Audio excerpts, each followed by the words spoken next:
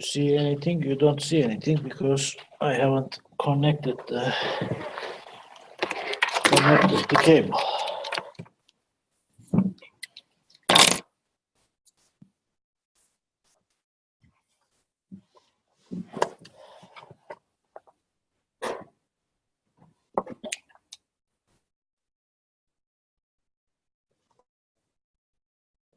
This somewhere.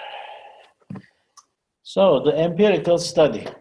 Are we all clear by what we mean by empirical study? What is the role of the empirical study in your thesis? Let me ask you this question. What is the empirical study and what's the role of the empirical study?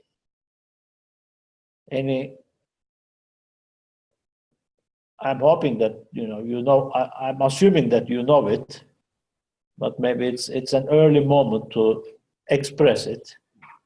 Well, it's like when you're actually conducting the study in like real life. Right. Asking the questions and. Yes.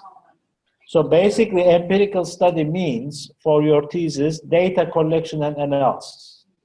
In layman's terms, you will collect data and you will analyze that data to come up with answers to your research questions. Simple as that. Okay? How do we do that?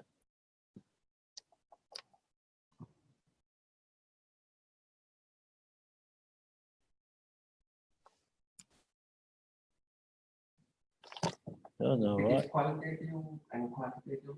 Quantitative, mainly you collect the answers and formulate the data. 1 second, I have this problem. I don't know why these slides are not moving. And now, okay. Now is better, yes. Can you repeat? So the data collection can be done it depends upon whether we take qualitative approach or quantitative approach. If it is quantitative approach, then based upon your survey, you get the results, and on the results, you do the study. Mm-hmm. So you suggest that the first thing that determines how we do the empirical study is whether we are doing a qualitative or a quantitative approach. And we are talking about a qualitative approach. The data that you will be collecting will be qualitative data. So we are talking about words, so text. And when we are talking about quantitative approach, the data that you will collect will be quantitative data. So data that can be expressed as numbers. And the methodologies, the research methodologies that you will be applying can be depending on the approach. Qualitative approach, the more common methods that we use in master thesis, they are the case study method. So in that method, you will be thinking about what is your case, and case can be different. It can be a company. So if you are doing a study for a company, that company will be your case.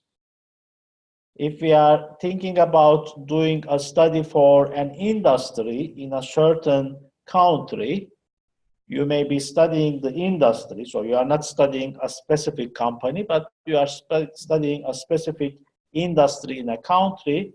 Then that industry in that country can be the case. You may also do case study at individual level.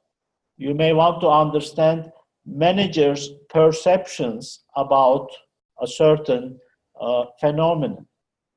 Then you may be analyzing a certain manager at a certain company. You may be observing that manager, how he's making decisions. You may be interviewing him. You may be collecting all kinds of information about him, which will be your case. So case may mean different things from one thesis to another, depending on what is your unit of analysis. Action research, you may be or not be familiar with that. sometimes, especially students who are working or doing the thesis for the company, they may be aiming to develop certain things at the company. So let's say you want to improve the processes, how your organization is doing certain things. Okay? So in order to improve, why we call it action research or design-based research is that you will first, the word design comes from, you will first design a better and improved process for your organization. So it will be a design-based research if your thesis ends at the stage of proposing a designed, improved process for your organization. But if you also implement that proposed process and you see how it is functioning, is it really a better way than what has been before? And then, of course, during the implementation, you will be noticing that, okay, some things what you taught in the design are not really working well in the implementation. In that situation, of course, you will continuously be improving on the way. So this is called action, because you, as the researcher, are also the person who is taking this into implementation together with other people in your organization, but you are also the one in action. So that's why it's called action research. These are the two common, or more, let's say, more common methods, research methods in qualitative approaches that we see in master's thesis. If you are targeting a quantitative approach, then your method would be the survey method. And we will be looking into how to apply that. I think you are already familiar with this method, but we'll be looking into that when we talk about quantitative methods. Now, let's look first. Is there here anybody who will do a quantitative approach? One, and the rest will be doing qualitative. Okay. Remember, you need to justify, it can be qualitative or quantitative, but it needs to be well justified in the methodology chapter why you are thinking that qualitative approach fits better to answer your research questions. So that is the very important criterion to consider. So let's start with qualitative data collection. And then we will also look into how to analyze qualitative data. Now, maybe I said it last week as well. Always, when you start this research, the empirical study, and you are going to collect data, always look for secondary data first. Has somebody already collected some data? Is there anywhere in the internet, in printed media, is there anywhere any data that has been collected about your topic that you can use? The good thing about secondary data is that it's already available. You don't need to spare extra efforts to collect new data. The bad thing about secondary data is that it's not going to be 100% maybe suitable to answer your research questions. Now, when you have looked into secondary data, then the next thing is to look into primary data, the data that you will personally collect. So in doing that, how are you going to collect the data? So the main way to collect primary data in qualitative methods is through interviews. I think most of you who do qualitative approach will be conducting interviews. So how will we conduct the interview? First thing is to design your interview questions. So the first very important thing, after you are ready with your literature review chapter, before starting the empirical study, is to design your interview questions. And here, your biggest aid will be the theoretical framework. That will be your map when you are looking for data in your empirical study to guide you to find the relevant data to answer your research questions. So use your theoretical framework in designing your interview questions.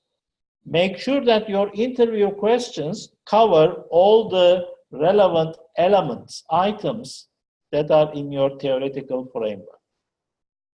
What I usually ask from my thesis students when they design their interview questions is that for every question, put in parentheses next to it, which element in the theoretical framework is this question addressing?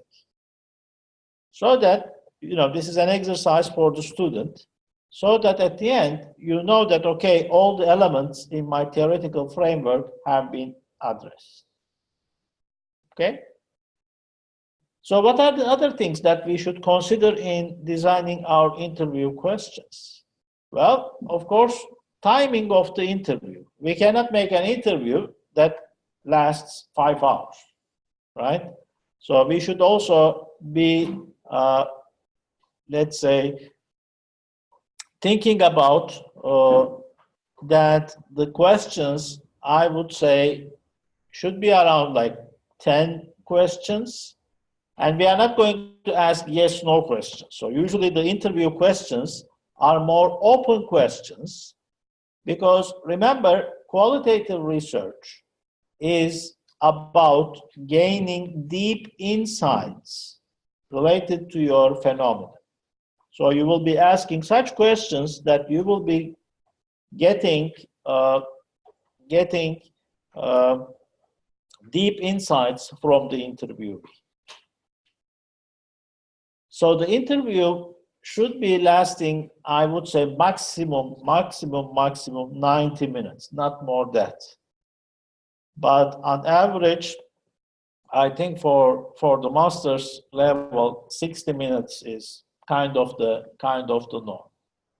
So there are sometimes shorter interviews, like 30 minutes. But if there is if you've done an interview that lasts 10 minutes, well, you wasted both your time and the interviewee's time for that 10 minutes. So plan your timing when you are designing the interview questions well, that there should be good enough questions for about 60 minutes or about 45 minutes, because you will be using, we talk about perhaps 3 types of interviews: structured, semi-structured, and unstructured. And most probably, you will be going with the semi-structured option. That means that you will have a certain number of questions in your plan, but at the same time, you will be open-minded during the interview. The interview will be mostly that you will be the listener, but when you are listening, you will be listening actively, that if all of a sudden you get new questions, you will be immediately asking questions that were not originally on your questions list. So there may be a couple of extra questions that were not on your original list. One of the things that you should remember is, or 2 things. One, when you start the interview, ask for permission. This is important from the ethical perspective. Ask for permission whether you can record the interview. from reliability perspective, this is very important that you record the interview, because afterwards you will transcribe the interview, and that will be important that you will be able to analyze it, that you see the whole interview on paper. So ask for permission if you can record it. And I don't see any reason, I haven't yet heard of any student situation where the interviewee has denied to record the interview. And second thing to ask is that when you write your thesis, can you share the person's name in your thesis? That may be both-sided. So sometimes they accept, sometimes they say, don't share my name for some reason. And as students, as researchers, we should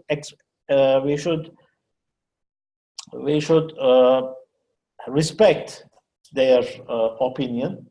That we don't say, no, I will put your name, So it's easy, to also, there may be some confidentiality concerns from especially those of you who are doing the thesis for a case company. That's also important. Before you publish your thesis, you need to ask for approval if you can share their name on your thesis. Sometimes they say, no, don't share. So in both cases, it's easy to disclose to, let's say, not disclose the names. You say case company instead of the name of the company all throughout your thesis. And you can say a manager in a company in retail industry, for example. So you just when you present the list of interviewees, if the person doesn't want to, share his name, you just say a manager or whatever, you don't need to give the full title. Manager would be perhaps enough. At a company in retail industry, that would be the way to present that person. So those things are important. Now, regarding, before going into the so we talked about recording, we talked about transcribing. Do you know how to transcribe the interviews easily? In qualitative research methods, have they shared with you how to transcribe? So you recorded the interview. How do you transcribe that? Well, one way is, of course, that you listen, you write, right? That's going to take a lot of time. So check out, I can perhaps at the same time check out with you. Check out, YouTube offers free transcribing services. So you just upload the audio to YouTube, and if you Google YouTube transcribe,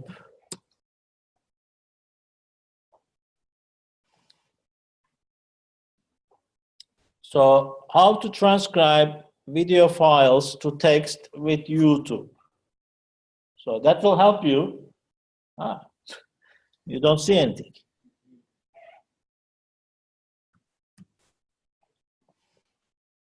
Yeah, this is sometimes when I change from presentation to normal, it's doing these kinds of things that you don't see it there anymore. So you can use YouTube for transcribing, that will help you. Now, for the data analysis, what I'm going to show to you is how to do it using Word and Excel. I have a question first. Yes. Because, of course, I need to translate them as well. No, No? no. So good question. Now, remember your interview questions, the list of questions that you have designed, they need to be in the appendices. So you will have appendix 1 or appendix 2, whatever the appendix, where you will put the list of questions. No matter what language you make the interview, Finnish, let me say it correctly, Hindi, Yeah. right, Chinese, Bangla, right, the name of the language, Bangla, yes, Bulgarian, right, easy. So no matter what language you make the interview, the list of questions that you put in the appendix should be in English. Now, don't put the Bulgarian Bulgarian questions. Don't even attempt, you know. So make sure that it's in English. However, you can conduct the language conduct the interview in the language that is most suitable to you and the interviewee. And very naturally, it can be in your own native language. And of course, so one thing that you need to check about, I haven't used this myself. So one thing you need to check is that, is YouTube offering this service in other languages than English? So is YouTube able to recognize the Bulgarian? I'm not sure about that. So check that.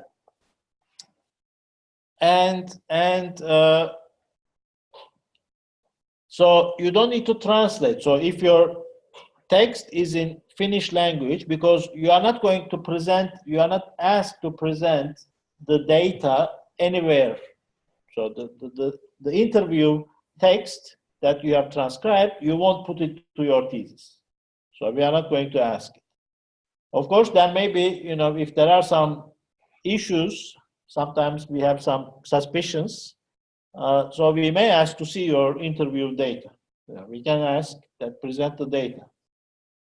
And otherwise, you won't present it. So you don't need to translate it to English. You will analyze it. Of course, when in the analysis, we sometimes ask that you present a sample analysis. You know, we have seen perhaps in some theses that in the data analysis methodology chapter, it may be good to present one sample analysis. So in doing that, when we do it with Excel, of course, the codes that you will be using, so qualitative research, you will be analyzing using coding system, and the codes that you will be using, they will come from your theoretical framework and they will be in English. So even if your data is in another language, the codes will be in English. Perhaps it doesn't make much sense to present a sample analysis page if your text is in another language than English. It can be that you don't do all the interviews in Finnish. You know, maybe with some person who is not a Finn, you will do in English. So if there is an English interview, then choose the sample analysis from that English interview, not from the Finnish interview. At the end, you don't need to translate the whole interview. So don't do that. And for data analysis, I said we will use Word and Excel, but some of you, I don't know, is any of you familiar or has used, maybe in qualitative research methods, you have been asked to use NVivo. This is a package.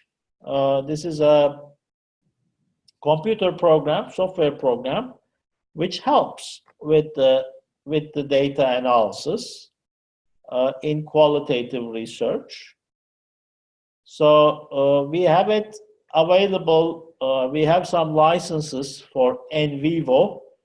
So I will just write it down here. Actually, it's here. So there is this software in Vivo that is available in some of the computers. So you cannot access it maybe from your home, but you can use it from the computers at our labs in certain classrooms. I think on the B side, in the B wing. This could be helpful if you have made many interviews and if you have like hundreds of pages of interview data. But I don't think that will be the case for any, of you. So to me, using Excel and Word would be enough because the tool in Vivo will not do the analysis for you. It's not like quantitative data analysis. When you use SPSS, okay, you get the results from the machine. But in qualitative research, at the end, it's you who will do the analysis, who will come up with extractions from the data. So in that respect, if you have like 20, 30 pages of interview data, you don't need any special software like NVivo. One important thing is the choice of the interviewees, who you are going to interview. And sometimes, of course, the most important criterion and how many interviews you will do. The most important criterion is that the people you interview should be able to give you, so should be knowledgeable enough to give you the answers for your research questions. So you need to find the right persons. So if, let's say, somebody is doing a study about the economy of Finland, Ted, who is sitting among us, is not the right person to interview. So it should be somebody who knows about the economy of Finland, right? So choose your, and when I say choose, also justify your choice of the interviewees. And very important is the question of how many interviews. And in answering that, my suggestion is always that don't do 5 interviews in a row and then start after that to analyze your interview data. No. When you are done with your first interview, go immediately to analyze the data from that interview. That will help you in many ways. And the first, most important way is that you will be wiser when you go to your second interview. You are not anymore the same person. When you go to your first interview, you are all open-minded. You have no idea about what kinds of answers you will receive. But when you go to your second interview, you are much wiser, having analyzed your first interview. And it can be that sometimes you may need to change some of your questions based on the information that you have got from your first interview. That's possible. You may think that, okay, you may want to dig into certain areas to understand more. So you may add some more questions, for example. So the list of questions that you have on the first interview may change in your second interview. Data collection and data analysis in qualitative research should go hand in hand. One interview, analysis. Then the second interview. Analyze the second interview. Then the third interview, analyze the third interview. And once you will realize that you are not getting any new information, that means it's time to stop interviewing.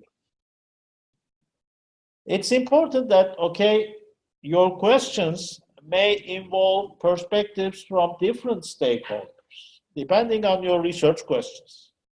So you should cover representatives from those different stakeholders, because they may have different perspectives. If you are doing something about employee motivation, well, if you just interview the manager about, what motivates your employees, you may get different answers than if you go and interview the employees and ask what motivates you. So the motivation may also differ from position and from person to person. So make sure that you cover stakeholders. If you are doing something about customers, so make sure that you also interview some customers, not that only you are interviewing the managers and asking, what do you think your customers are interested in? How about when I have many different stores? I mean, it's not only like Prisma in that area, it's like all the S markets and all the ABCs and everything. So I need to pick up people like from all of them, or So you are talking about the S group? yeah. Well, I think you don't need to. It depends on when you say ABC, when you say the S market, they are kind of different, So in that respect, you may want to. So we are talking still about the employee motivation, Or the gamification, yeah. right? Yeah. So the gamification. Of course, everybody's using the same app. Yes, so everybody will be using the same app. So I think what is here important is the different types of people rather than the different locations. So if we are talking about the ABCs, ABCs, they offer the restaurant services, so you can eat something there. There is the gas station, and then I think the main service is the restaurant service, where there are the employees. At the gas station, there is no employee. So the waitress or the cook, who are the employees there, they will have similar thoughts if we are talking about ABC in Vajakoski or ABC in Keljon area. So you don't need to go to many different locations. But it's important what the cook is thinking and what the cashier is thinking.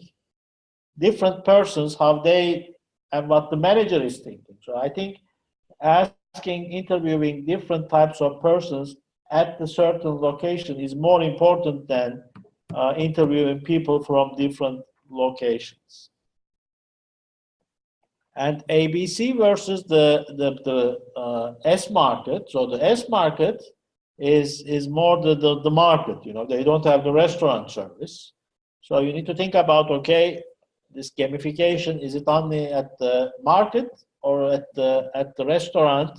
What kind of differences? Should you limit yourself to the restaurant area, or should you limit to the market area?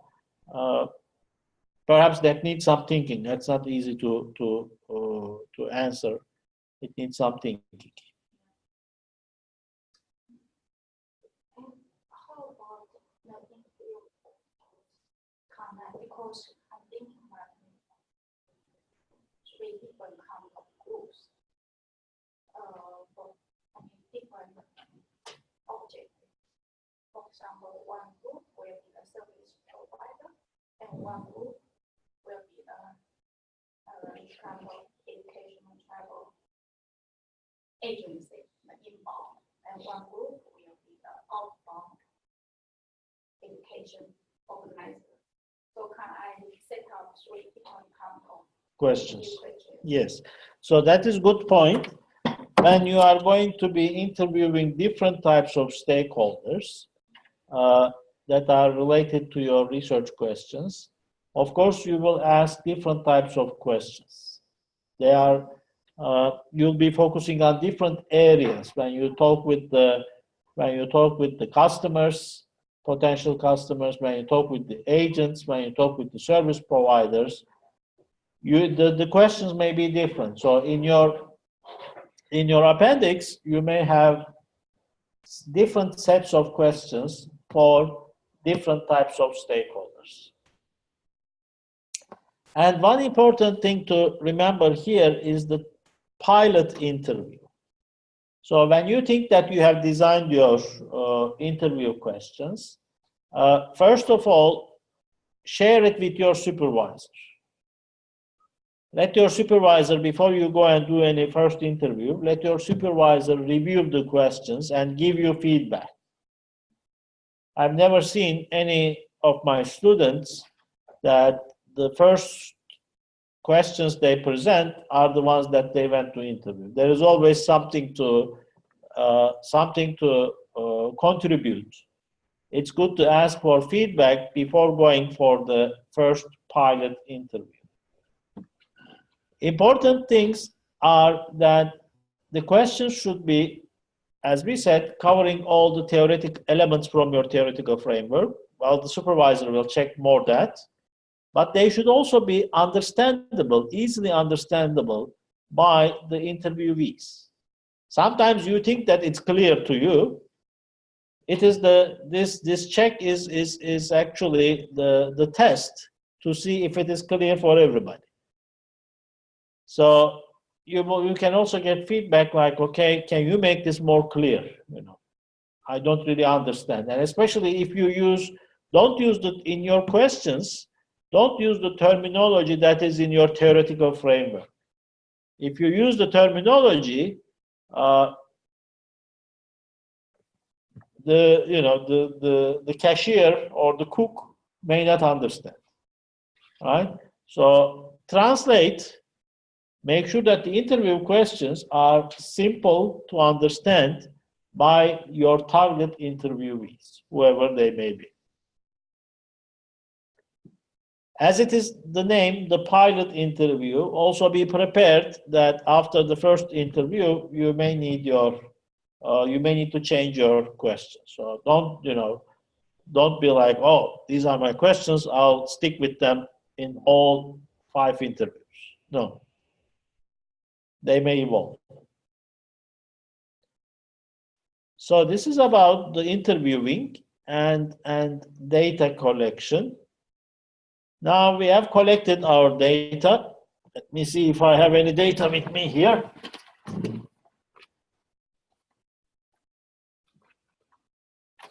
I have some data, yes. I have printed some.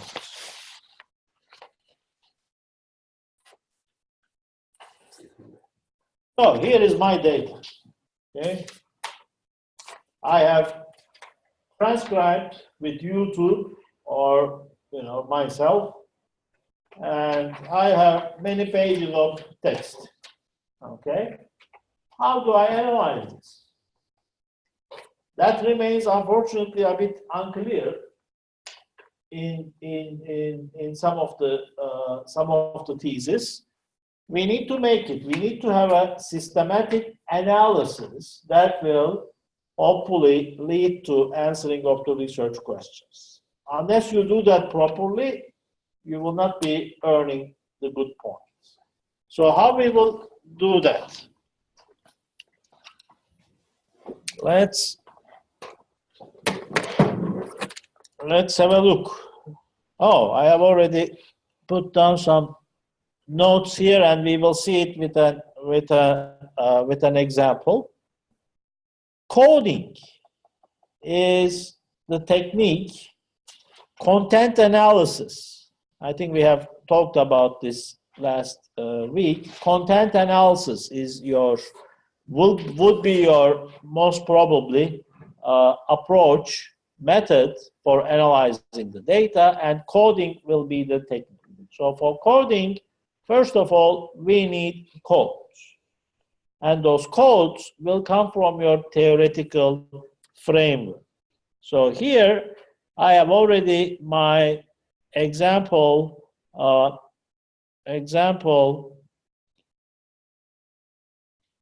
Excel sheet. So in my Excel sheet, I have Excel file, I have two sheets. The first one is called code. So the first thing is that you should, before going into any analysis, you should identify your code. Now, in this example, we have two research questions. Research question one, what are the key challenges for blah, blah, blah? And research question two, how can managers overcome these challenges? Okay, this is an example. So, of course, you will have different research questions. So, in the theoretical framework, what I expect to see in the theoretical framework following the literature review is that based on the literature, you identify certain challenges. So what is the literature saying? Before going into the practical world, from the literature, you identify certain challenges. And here, let us assume that from the theoretical framework, you identify 4 challenges. Let's call them C1, meaning challenge 1, C2, C3, C4. Okay? So your codes are C1, C2, C3, C4 for the challenges. Okay? These are coming from your theoretical framework. And then in the literature review, you also look for, okay, what does the literature say about solving challenge 1? Well, you find 2 solutions, solution A and solution B for challenge 1. We make codes for these, S1A, S1B. Solution for challenge 1, solution A for challenge 1, S1A. Okay? Solution B for challenge 1, S1B. Clear, right? Ted, are you with us? Yes, I'm not going to do this. Yeah, good. That's why I asked you. Yeah. Maybe good to learn, you know. Someday you never know. I did this with Piotr years ago. You never know. Someday you may change your mind. Made my life. But yes. So for all of these 4 challenges, we have for each 2 solutions. So S2A, S2B, S3A, S3B, S4A, S4B. Maybe there is more, you know. Then there will be C and D. But do we have to put the solution? Are we like looking for, if I'm just curious, does it have a negative or positive impact on the people? That's the solution. Yeah, but no, it's like. One second. Qualitative research. You don't ask a question, does it have a positive or negative impact? That's more quantitative. I'm not going to ask, do you like it or not? So what are the, let's say, what are the challenges of gamification, okay? I mean, you are not the first one to study this. Many others have studied before you, and they have found the challenges. Why not use them? Why not start with them? You know, you don't need to reinvent the wheel. That's why you are doing the literature review. Are there already answers to your research questions in the literature? If yes, use them. Don't go to the practical world to start, you know, trying to find the answers where there is already answers. It's waste of everyone's time, first of all your time, if you don't benefit from the existing literature. Okay, so first, like challenges, for example, like game addiction. For example. Then I need to find a solution for that. Well, in the literature, somebody has found it probably. So you need to read the literature. You know, you look for the answer, the solution in the literature first. Probably the person who has found the challenge has also already looked for possible solutions to that challenge.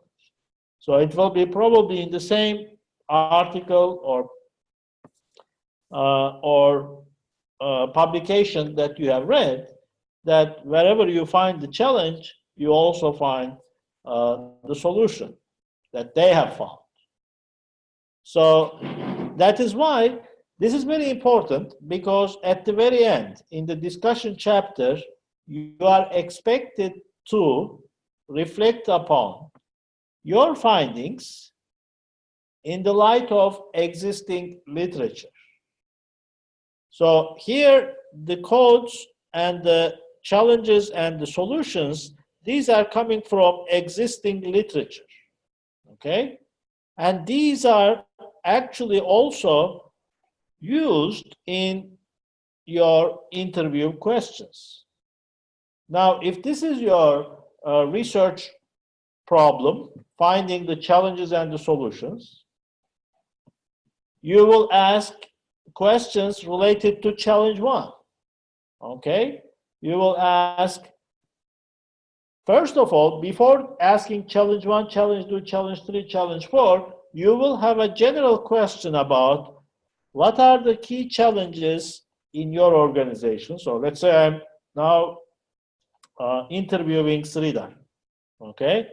So he's the manager at a company called Quantel, okay? And I ask him, I don't ask him immediately about challenge 1. I don't ask about challenge 2. I know these, but what I am interested is that maybe there are challenges that are not listed in the literature that will come out from my interview with Sridhar, right? So I start with a general question. I ask, what are the challenges in your organization regarding X? Okay? And Sridhar starts talking. So he starts talking about challenge 1, which is already on my list. I say, okay, tick. It's good. And he starts talking about challenge 3. Very good. He tells me nothing about challenge 2 or challenge 4. Okay? Good. But then he also talks about challenge 5, which is not in my list. That's good news, because that will be when you are in the discussion, discussing about how your findings stand with respect to existing literature. There, you will tell that you found a challenge, challenge 5, which was not previously mentioned in existing literature. So that is the discussion that you will make when you are comparing your findings with existing literature. Okay?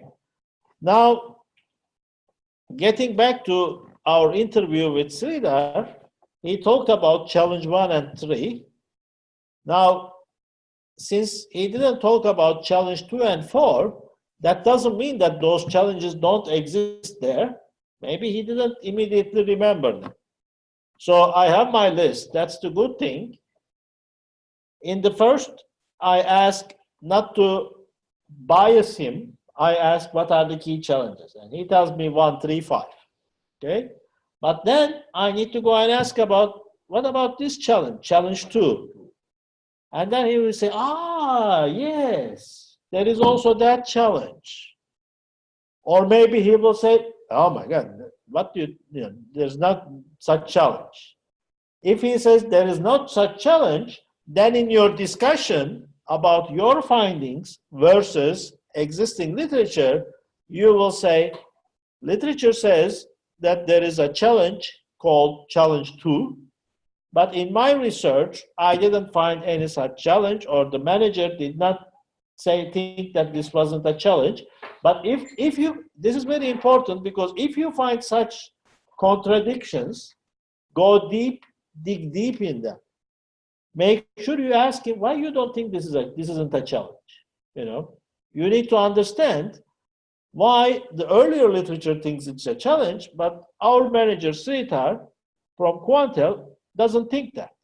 So I need to dig deep into, especially when you see these kinds of contradictions, that's where you should say, there is something new here. I need to understand this more. So it means we need the deep insights. So that means you need to dig deeper there.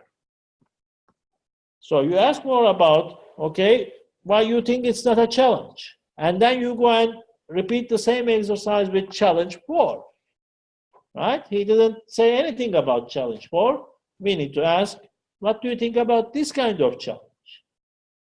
So that's the first about the challenges. Then next, we ask about, okay, challenge 1, nice. What are the solutions that you have found to deal with this kind of challenge in your organization?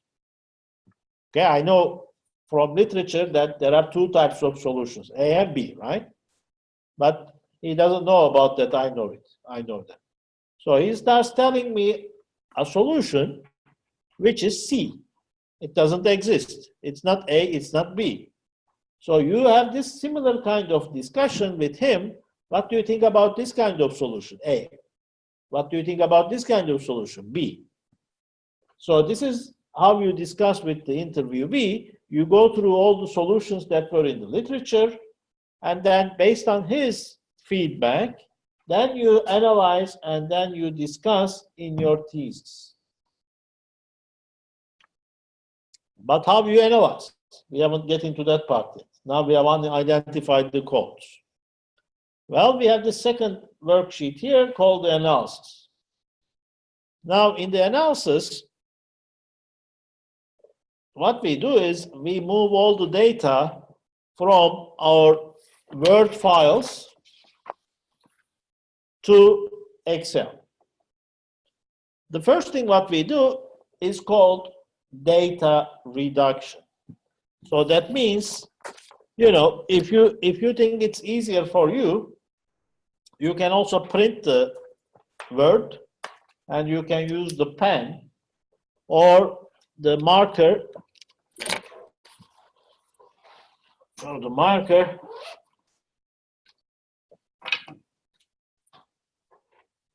together. So what I do, I start reading with my theoretical framework and with my codes. And I find something, oh, this is about challenge 1. So I mark it and I write it here, C1. So I go through the full text, all the printed material, and I mark and put C1, C2, S1A, S1B, C3, S3A, you know, that's how I start the analysis. So this first thing what I am doing is called data reduction. Not all the data that is on the Word is going to be relevant for you. So first thing you do, reducing that data into what will be useful to you. So not all of it is useful. So you reduce it. So that's called data reduction. Okay? And you use that, you do that using the codes. Now that you have done this, it's time to take this to Excel. Okay? On this, let's say you have 50 pages. You will have, let's say, about challenge 1, almost every second page, you have C1. So it makes your life easier if you move everything to Excel and then use the filter function, because then how you will do the analysis, you will be doing the analysis code by code. You will be trying to understand, okay, what has been said about challenge 1. So here you see what we do. We have these columns here. The first column, that's the code. The second column, that's the text from the data sheet. So from the data sheet, you just copy paste from the Word what you marked. You know, everything, every marking is one line. Okay? So there may be many C1s. So every single marking for C1 is one line. Here, one row. So row number 3, row number 4, row number 5. So every marking will be a different line. Okay? Don't merge different things into one. Put them each separately. Sometimes it's good to have also another column where you present the location of the text. So let's say this first piece of text is found on your original data in interview 1, page 5. Okay. The second one, interview 1, page 6. This is important because sometimes after a while, when you look at the Excel, you read the text here, you don't immediately recall what that means. It's normal. So you may want to go back and see in the original text where it was located. So that may be useful to take you back to its original location. And the final column, D, that's where you will do the analysis and you will write your comments. So in doing that, I use the filter function. So here we have under data, there is the filter function, right? And what I do is I filter, okay, let me analyze first all the data about C1, challenge number 1. So when I put the filter for C1, then I get everything about C1 in one place. So that this Excel helps me to organize the data around the codes. So you see what has been said by different interviewees about challenge number 1. You read those and then you start thinking. That's when you will analyze. So analysis is thinking. And then you start making comments here.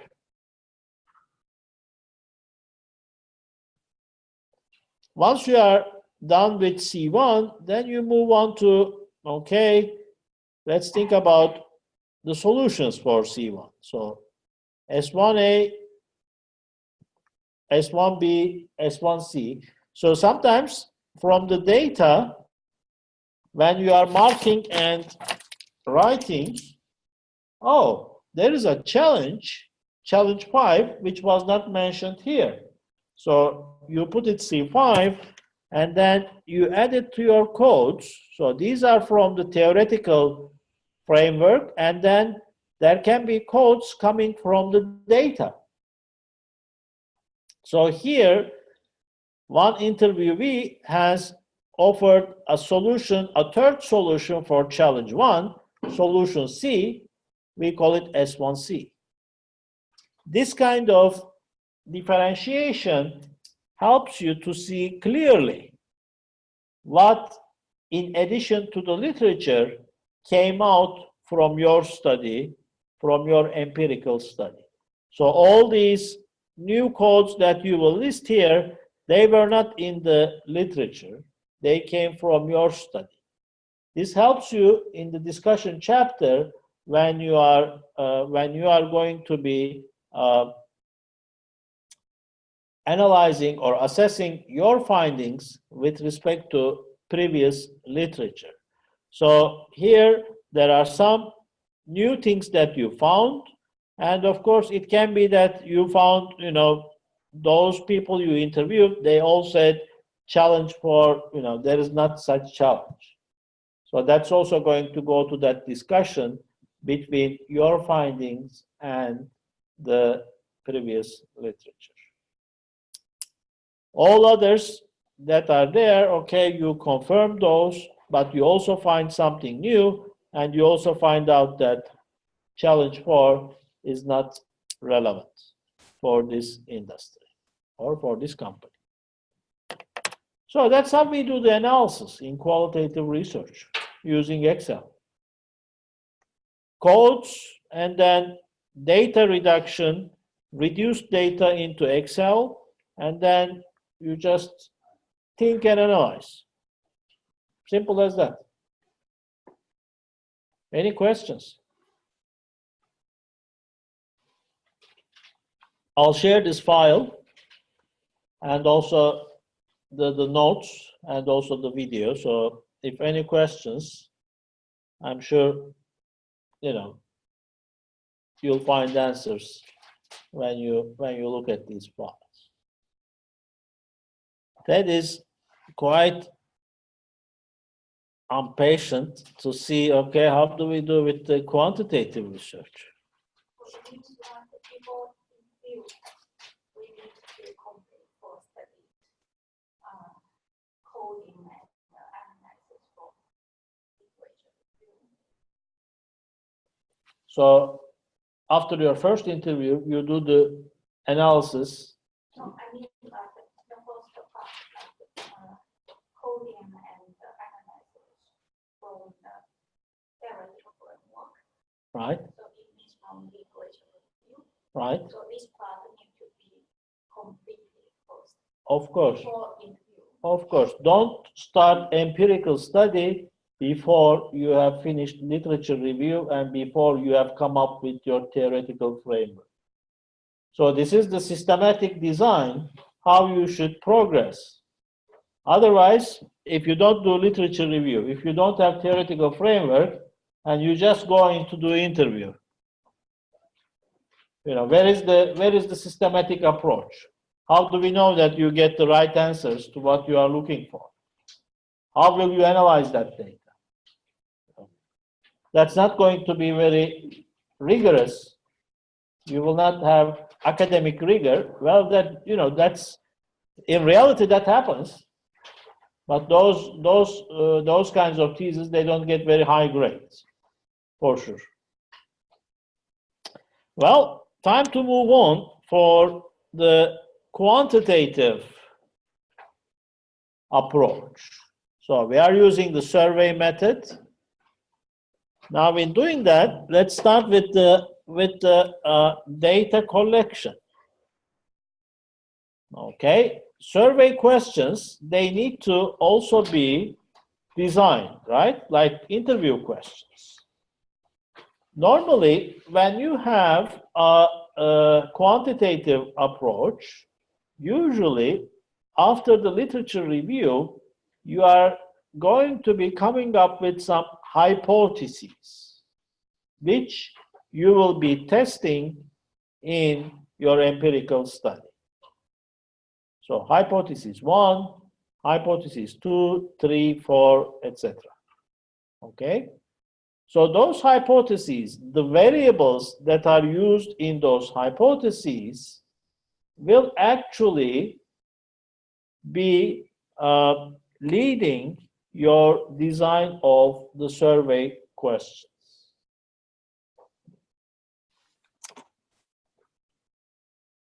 And in doing that, when you are designing your survey questions, again, similar to interview, now, how are you going to share these questions with your respondents?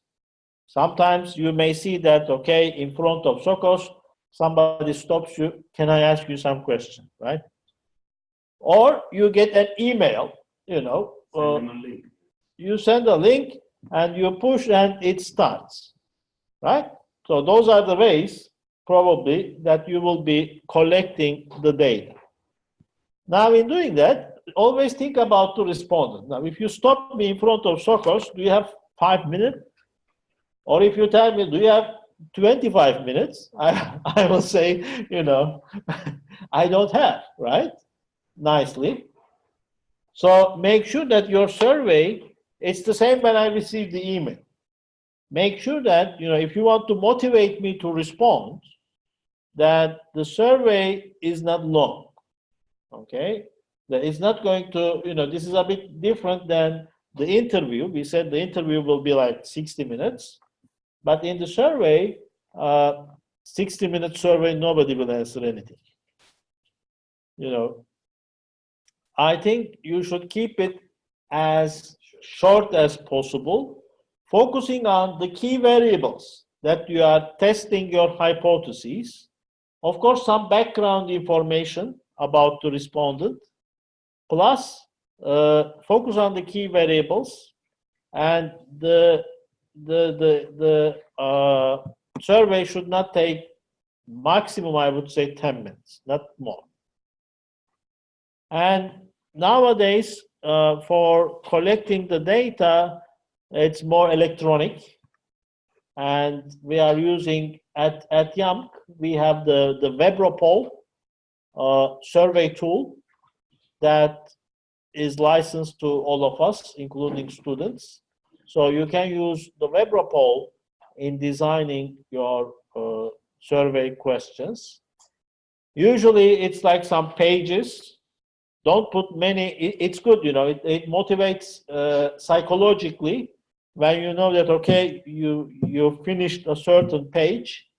So like if you have total of 15 questions, don't have all 15 on the same page. So have like five questions, and then you go to the next page. So moving to the second page is kind of a psychological help for the respondent. I'm getting there.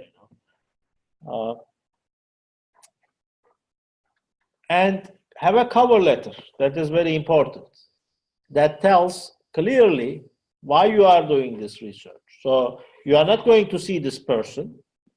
You are only sending a link, and I open the link, and I'm like, if there is nothing, I won't do anything. So there should be a good cover letter, short but good, telling what you are doing, why you are doing, and that should motivate me to respond. Unfortunately, the response rates are not very high. So how do you motivate me, to respond to you? So that is the challenge. And in resolving that challenge, there are a number of ways. Sometimes those who make surveys, professionals, they will say, okay, among those who respond, we make a lottery, and you will get, one or two will get some iPhones, for example. You offer some rewards. So that when I see the iPhone, I start feeling, it doesn't matter, is it 30 minutes or 45 minutes, I still am motivated thanks to the iPhone. Unfortunately, Ted is a poor guy, so he's not going to offer any iPhones, right? So what can he offer that motivates me to still, contribute? So you need to be honest there. I think the best you can offer is to share the results of the survey. If the survey is something of interest to me, and he is the researcher doing the research, and he promises that, okay, once he's done the survey, once he's analyzed the data, he will present the results to me. That can be a motivation for me, right? So offer something, some motivation for the reader, for the respondent. That can be good. Now, what you are doing in quantitative research is sampling. Okay, so Ted wants to understand certain behavior of Finnish people. Okay, well, in Finland we have more than 5 million people. To understand the behavior of the Finnish people, he cannot do the survey with all the 5 million, right?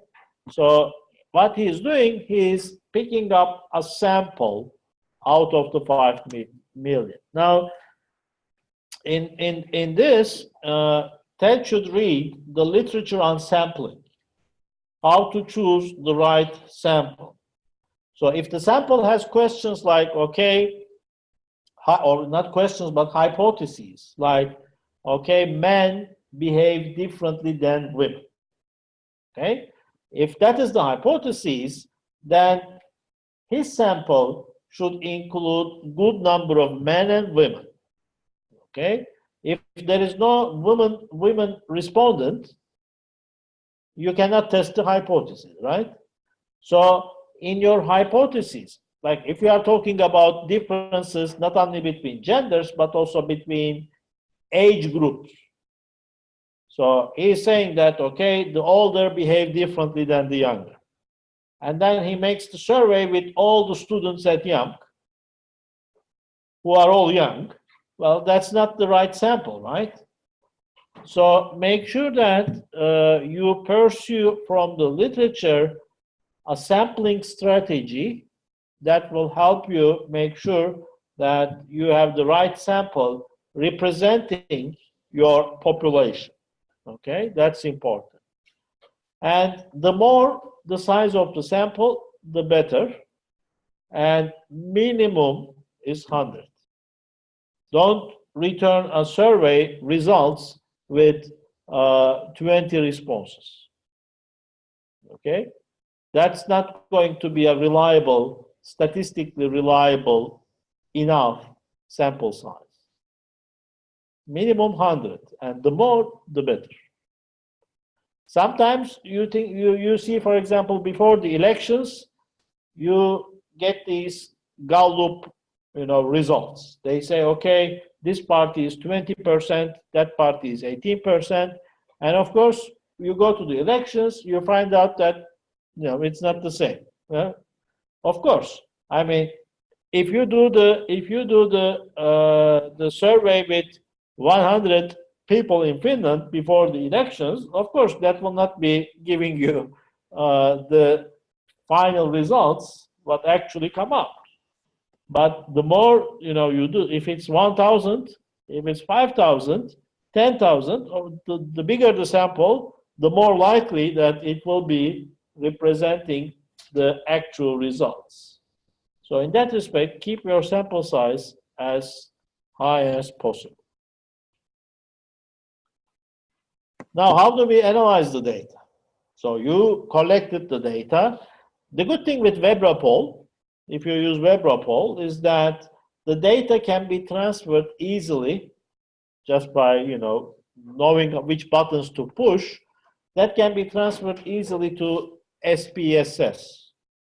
Well, you may also use Excel, but SPSS is not so difficult, and we have SPSS you can access from your own computers at home or wherever using the remote.fi, remote.yamp.fi. So use SPSS. Now, when you get the data, when you are designing the questions, I know that we are a bit running out of our time, but let's finish this and we'll have our break. When you are designing your questions, so I'm motivated for the iPhone, but I don't care about the results. So you will be designing the questions such that at the end, you will get numbers, right? You are not going to ask open-ended questions like, what do you think about the behavior of men? Okay, that's not what you ask. They're all pigs, right?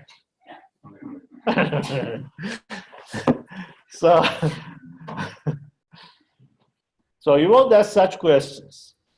So your questions in quantitative research will be using a Likert scale. You will be asking questions like, to what extent do you think that the men are pigs? Or what did you say? Something like that, right? So please rate from 1 to 5. That's called the Likert scale. So 1 means I don't agree at all, and you get all the ones there. And then slowly 3, well, I'm in between neither nor. And 5, I strongly agree. Okay? So from 1 to 5, I'm going to choose one number. So now my opinion about the behavior of men, that's going to be numbered. So he will have numbers to analyze the data.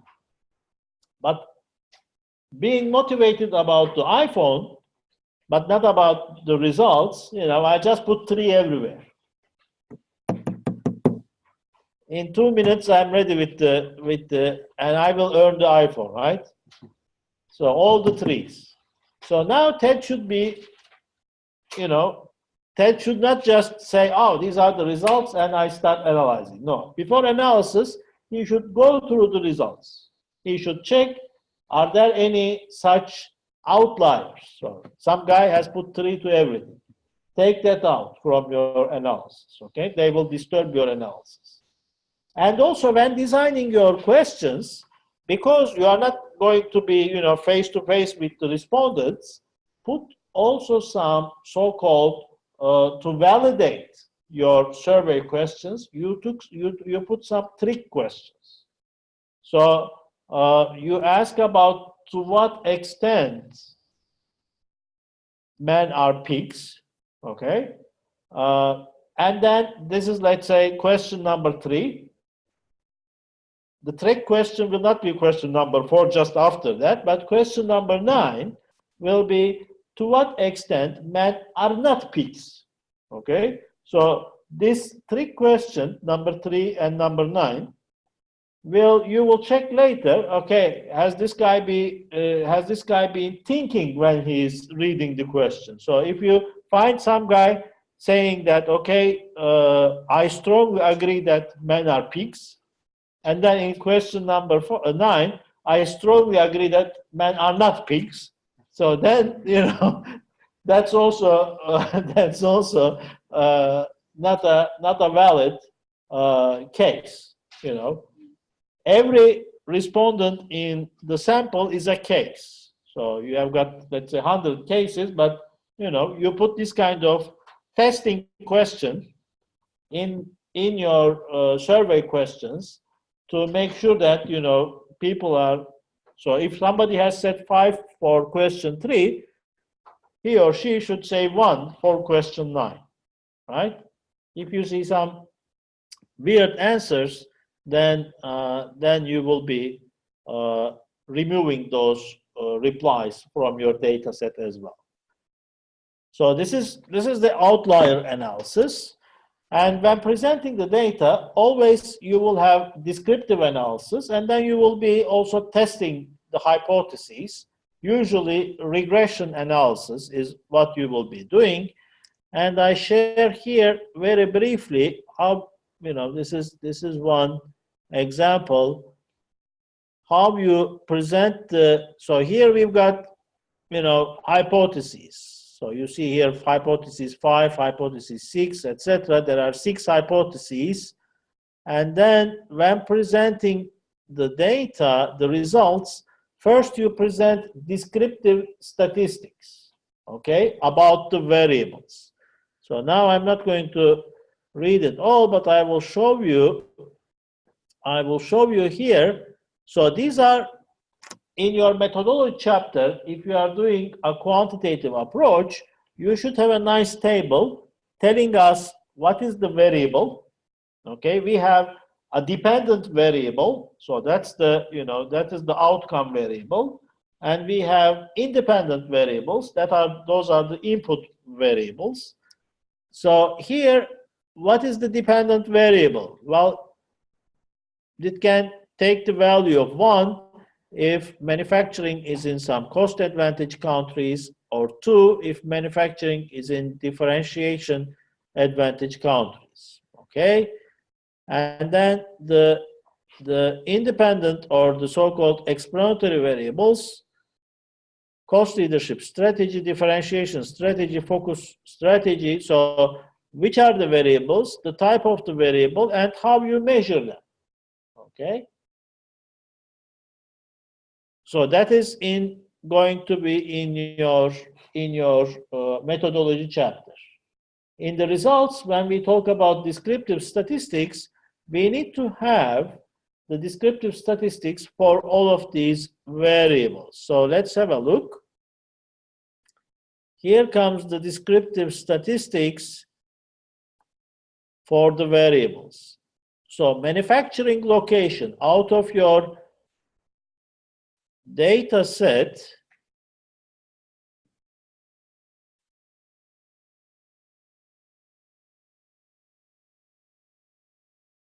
%29 is in group 1, type 1, 70.9% is in type 2. So this is when the variables are categorical variables, so they take the value of 1, 2, 3, etc. They are presented as percentages. So what percent of your sample, let's say type of car, what percent of your sample is type 1? 10%. Type 2, 10%. Type 3, 17%. Etc., etc. This is what you present as